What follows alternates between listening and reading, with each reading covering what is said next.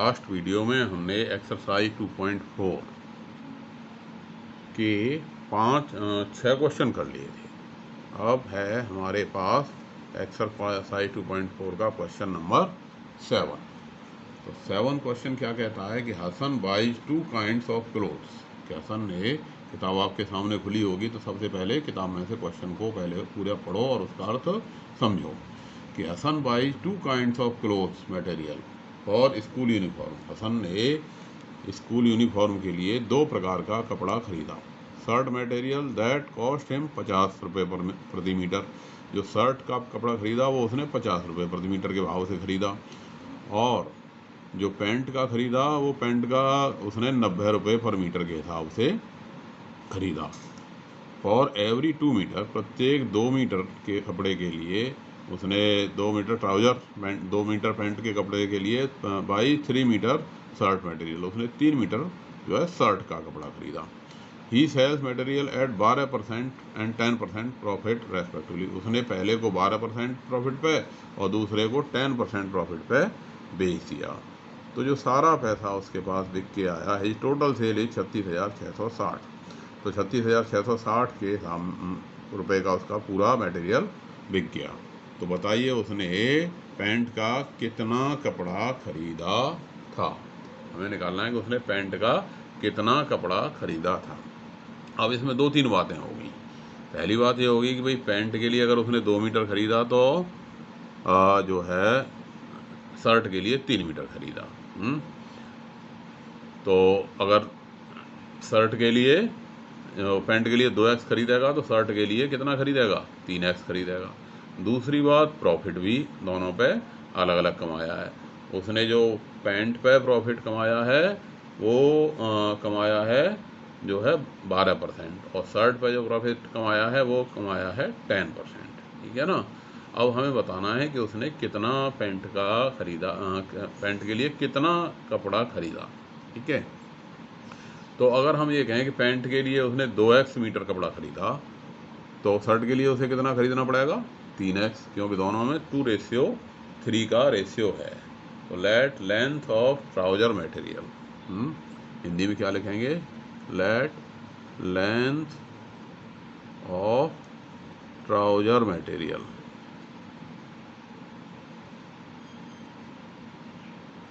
Trouser के लिए उसने कपड़ा अगर 2x खरीदा 2 मीटर तो शर्ट के लिए उसे कितना खरीदना पड़ेगा, तो लेंथ ऑफ शर्ट मटेरियल ये कितनी हो जाएगी, 3x। हिंदी में लिख देंगे, माना कि पैंट के लिए खरीदा कपड़ा बराबर 2x मीटर है और शर्ट के लिए खरीदा कपड़ा कितना हो जाएगा, 3x मीटर। क्यों हो जाएगा, क्योंकि प्रत्येक 2 पे वो 3 खरीदता है। तो ये रेशियो हो गया इनका ये। अब सीपी ऑफ ट्राउजर है, ट्राउजर की मटेरियल, ट्राउजर मटेरियल है 90 पर मीटर है, 90 पर मीटर। और यहाँ पे क्या हो रहा है, यहाँ पे वो लाभ कमा रहा है कितने का, 90 पर मीटर पे। प्रॉफिट कितना कमा रहा है, प्रॉफिट कमा रहा है वो 12%। तो प्रॉफिट हो गया 12% ऑफ 90। तो ये हो गया 12 गुणा 90/100। तो अगर हम इसे काट दें तो 12 में 108 बट्टे में 10, तो 108/10 पर मीटर हो गई इसकी 108/10। ये हो गया प्रॉफिट। तो SP ऑफ ट्राउजर मटेरियल पर मीटर, यानी प्रति मीटर इसकी जो बेचने की दर है वो क्या हो गई, 90 प्लस 108/10। तो 90 गुणा 10 900, 900 प्लस 108/10, यानी ये हो गया हमारे पास 1008/10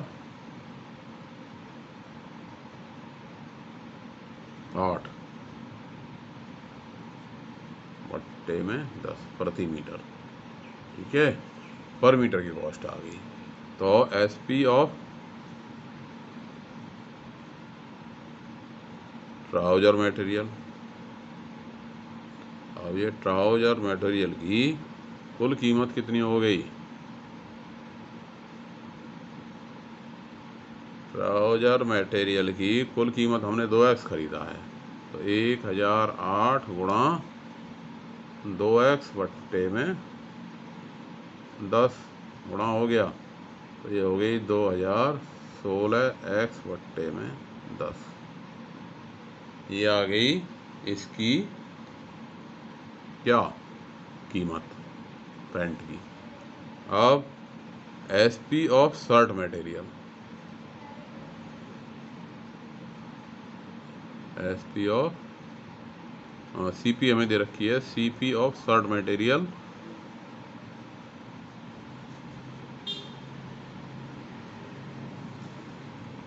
50 पर मीटर है।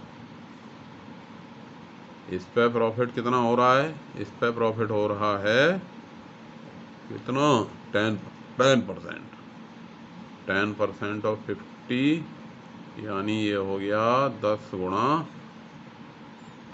50 बट्टे में 100, यानी ये 5 रुपये का, 5 रुपये का प्रॉफिट हो गया।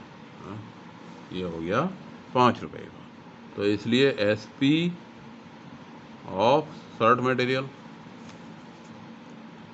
SP of shirt material, shirt material हमने कितना था हमारे पास? 3x था, और पर मीटर की कितनी हो गई? ये 50 + 5 दैट इज 55 पर मीटर है, 55 पर मीटर।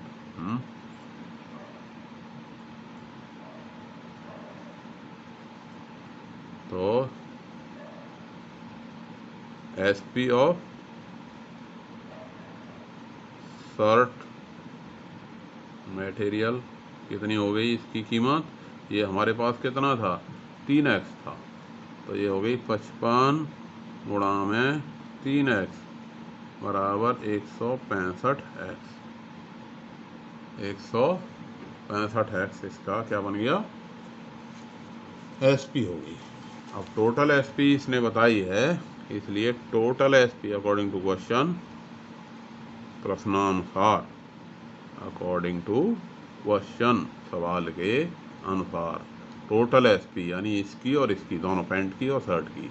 तो पैंट की SP कितनी आई? ये आई 2016x बट्टे 10 प्लस 165x, दोनों मिलाकर के 33,660 में ये बिक गया उसका।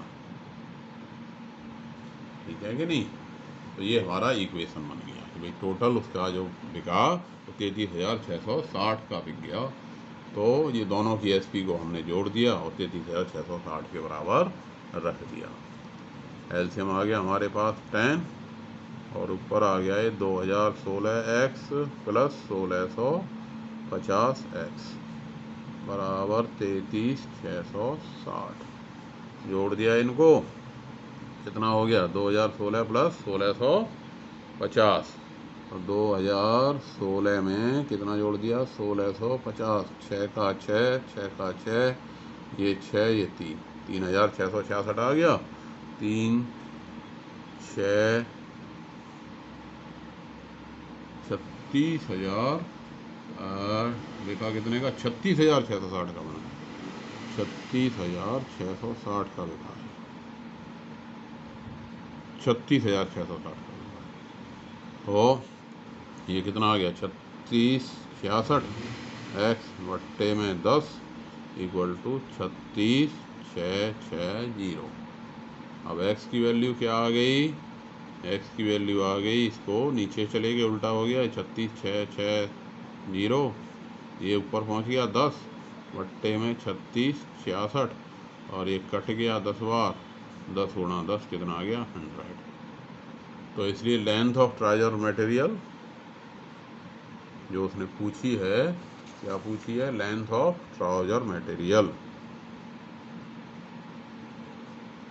ट्राउजर मटेरियल, इसकी कीमत कितनी हो गई, वो हो गई 2x मीटर, यानी 2 गुणा में 100 यानी कि 200 मीटर।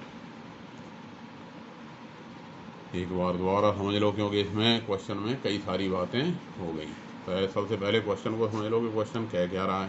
क्वेश्चन ये कह रहा है कि अगर वो 2 मीटर पैंट का कपड़ा खरीदता है तो उसके लिए 3 मीटर शर्ट का कपड़ा खरीदता है, और जो उसकी सीपी है किसकी, पैंट के कपड़े की, वो है 90 पर मीटर, उस पर वो प्रॉफिट कमाता है 12% का।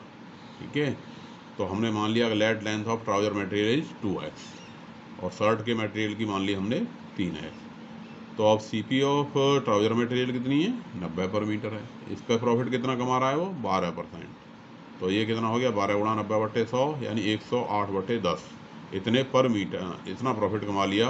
तो उसकी एसपी क्या हो गई, 90 + 108/10 यानी 900 + 108/10 यानी 1008/10 पर मीटर हो गई, इतने प्रति मीटर उसे बेचेगा। तो ये टोटल जो पैसा उसे शर्ट का कपड़ा जो बेच करके, ट्राउजर का कपड़ा जो बेच करके मिला, वो कितना मिल गया, 1008/10 गुणा में 2x यानी 2016 x/10। इसी तरह पैंट पे शर्ट पे कैलकुलेट करो भाई। शर्ट पे का वो लाया कितने का, 50 पर मीटर का, और 50 पे प्रॉफिट कितना हो गया, 10% यानी 5 रुपये का। तो यानी उसकी जो एसपी हुई, एसपी होगी 55 पर मीटर, और कपड़ा कितना लाया था वो, 3x मीटर लाया था। तो 55 गुणा में 3x कितना हो गया, 165 है। अब हमारे पास 2 एसपी हो गई, ये पजामे की एसपी आ गई, ये 2016 x/10, और ये 165x ये शर्ट के कपड़े की आ गई, ये ट्राउजर की आ गई, ये शर्ट के कपड़े की आ गई। दोनों को जोड़ने पर क्या कह रहा है, 36,660 का उसका कपड़ा बिक गया। दोनों को जोड़ करके हमने 36,660 के बराबर रख दिया। अब इन दोनों को जोड़ा, 2016 + 1650x/10 दैट इज 36,660। अब इसको हल कर दिया, x की वैल्यू आ गई हमारी 100, इसलिए length of the trouser material जो आई वो कितनी आ गई, 200 मीटर आ गई हमारे पास। तो इस तरह से क्वेश्चन आ गया होगा समझ। अब जरा नेक्स्ट करते हैं। नेक्स्ट कहता है क्वेश्चन नंबर 8 कि half of a herd of a deer are grazing in the field and 3/4 of the remaining are playing nearby. The rest 9 are drinking water from the pond. Find the number of deer in the herd. एक हिरणों का झुंड है, उसमें से half of the heard, आधा जो है खेत में चल रहा है, घास चल रहा है, एंड 3/4 ऑफ द रिमेनिंग, और बाकी के 3/4 जो है प्लेइंग नियर बाई, वो पास में खेल रहा है। The rest 9 are drinking water, और बाकी के बचे हुए 9 क्या पी रहे हैं, पानी पी रहे हैं। Find the number of deer in the heard. तो सबसे पहले इसमें मान लेते हैं, let number of deer in the heard. Heard क्या होता है, झुंड, माना कि हिरणों के झुंड में हिरणों की संख्या बराबर हमने मान ली x। ठीक है, कि टोटल हिरन है हमारे x। अब क्या कह रहा है कि हाफ ऑफ दी ग्रेजिंग, तो number of dears grazing, dears number of dear grazing, जो घास चल रहे हैं, घास चल रहे हैं कितने, आधे, तो आधे तो चल रहे हैं घास, और बाकी कितने रह गए, आधे हैं। तो and 3/4 of the remaining are playing nearby. तो नंबर ऑफ डियर प्लेइंग, कितने खेल रहे हैं, जो घास नहीं चल रहे खेल रहे हैं, खेल रहे हैं कितने, इसका बचे हुए का 3/4, तो x/2, तो यहाँ घास चल रहा है, बचा कितना, x/2, उसका 3/4, तो 3/4 ऑफ x/2 दैट इज कितना हो गया, 3/4 इंटू में x/2 यानी 3x/8। ये क्या कर रहे हैं, प्लेइंग, खेल रहे हैं। और बाकी के बचे हुए 9 रिमेनिंग क्या कर रहे हैं, पानी पी रहे हैं। पानी कितने पी रहे हैं? 9। The rest 9 are drinking water. Deer drinking water, number of deer drinking water, जो पानी पी रहे हैं वो क्या है? 9। अब इन तीनों को मिला करके क्या होना चाहिए? तीनों को मिला करके टोटल हिरण की संख्या होनी चाहिए कि नहीं? अब सवाल के अनुसार, अकॉर्डिंग टू क्वेश्चन, प्रश्नानुसार, भाई x/2 है प्लस 3x/8 प्लस 9, और ये तीनों मिला करके किसके बराबर होना चाहिए? सारे के सारे हिरण x के बराबर होना चाहिए। अब ये इक्वेशन बन गया, इसको सॉल्व कर देते हैं। तो x को एक तरफ कर दिया इकट्ठा, तो ये हो गया x/2 plus 3x/8 minus x, और 9 को इधर ले गए तो ये माइनस का 9, ऐसे हो गया कि नहीं? अब इसका एलसीएम क्या आया? 8। क्या आ गया एलसीएम? 8। तो 2 चौके 8, 4x plus 3x minus 8x बराबर माइनस का 9। 4 और 3 7, 7x माइनस 8x क्या बचा? माइनस का x/8, माइनस का x/8 बराबर माइनस 9। माइनस माइनस ख़त्म हो जाता है, यानी x इक्वल टू क्या आ गया? 9 इंटू में 8, दैट इज 72। इक्वेशन सॉल्व करना आप सभी सीख ही गए होंगे। तो x की वैल्यू आ गई 72। इसलिए number of deer in the herd equal to 72। Hindi में क्या लिख देंगे? झुंड में हिरणों की संख्या बराबर 72। तो इसको हम कैसे कर सकते हैं? ऐसे सोचो 72 हिरण थे, 72 में से आधे कहाँ? चेक करें अगर हम इसे, तो भाई आधे कहाँ हैं? ग्रेजिंग, जो चल रहे हैं। ग्रेजिंग कितने हो गए? 36। फिर 3/4 ऑफ बचे हुए का, 3/4 ऑफ बचे हुए कितने? 36। तो ये हो गया 4 में 36, 27। ये क्या कर रहे हैं? प्लेइंग है, ये खेल रहे हैं। और बाकी के 9 ड्रिंकिंग वाटर, पानी जो पी रहे हैं वो कितने पी रहे हैं? वो 9। सारे मिला के हो गए कि नहीं 72? तो चेक हो गया हमारा, वही हमने ठीक निकाल दिया। तो इस तरह से ही 8वां क्वेश्चन हो गया। अब है 9वां question number 9।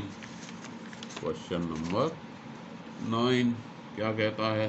A grandfather is 10 times older than his granddaughter. A grandfather, एक बूढ़ा दादा, 10 टाइम्स ओल्डर है, उसकी एज 10 गुनी है किससे? देन हिज ग्रैंड डॉटर, अपनी पोती से। मतलब दादा की जो एज है वो 10 गुनी है। A grandfather is 10 times older than his granddaughter, अपनी पोती की तुलना में। He is also 54 year older than her, और इसके अलावा वो उससे 54 साल बड़ा है। फाइंड देयर प्रेजेंट एज, दोनों की प्रेजेंट एज बताइए। तो जैसा अभी पीछे क्वेश्चन था उसी तरह का हो गया क्वेश्चन नंबर 9 ही। तो लेट एज ऑफ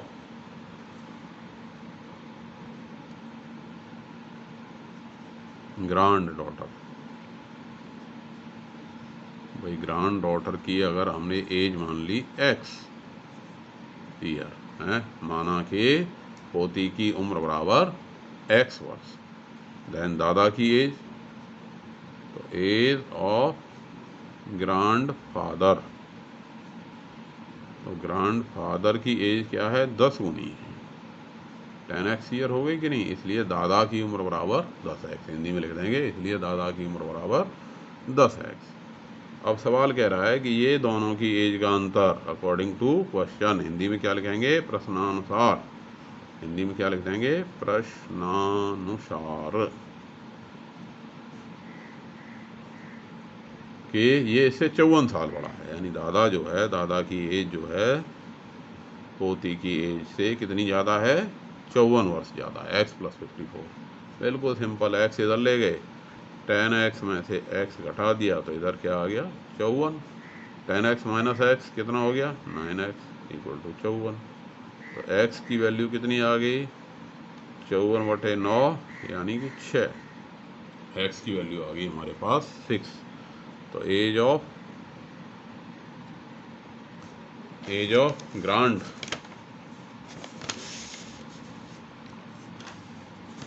इसलिए एज ऑफ ग्रांड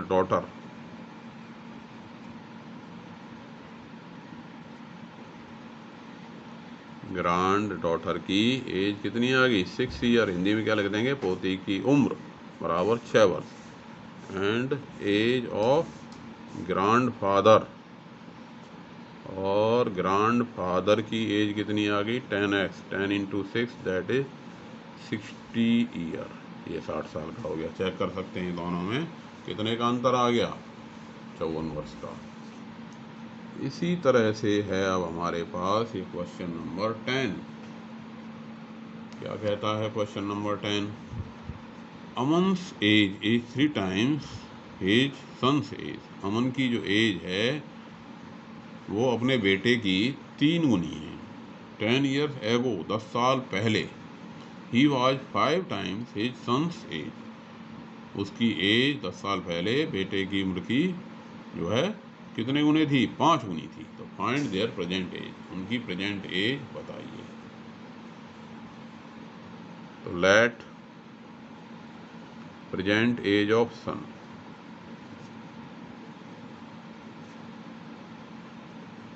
एक्स, माना कि जो बेटे की आयु है इस समय एक्स है। तो अमन्स प्रेजेंट एज क्या बता रहा है, एज 3 टाइम्स ऑफ सन से है, let age of son x. तो इसलिए प्रेजेंट एज ऑफ अमन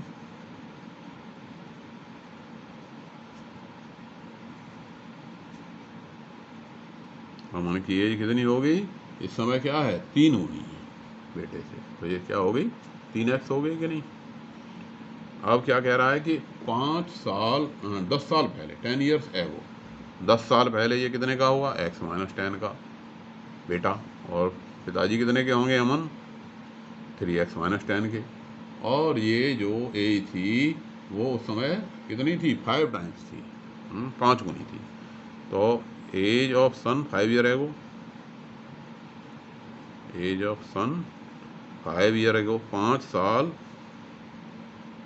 पहले बेटे की उम्र कितनी हो गई, x - 5। और as of Aman 5 year ago, 5 साल पहले ये कितने का हो गया, 3x - 5 का हो गया। ठीक है कि नहीं। अब ये जो है इसका क्या था, 5 गुना था। अमन की एज जो थी, अमन की एज बराबर क्या थी,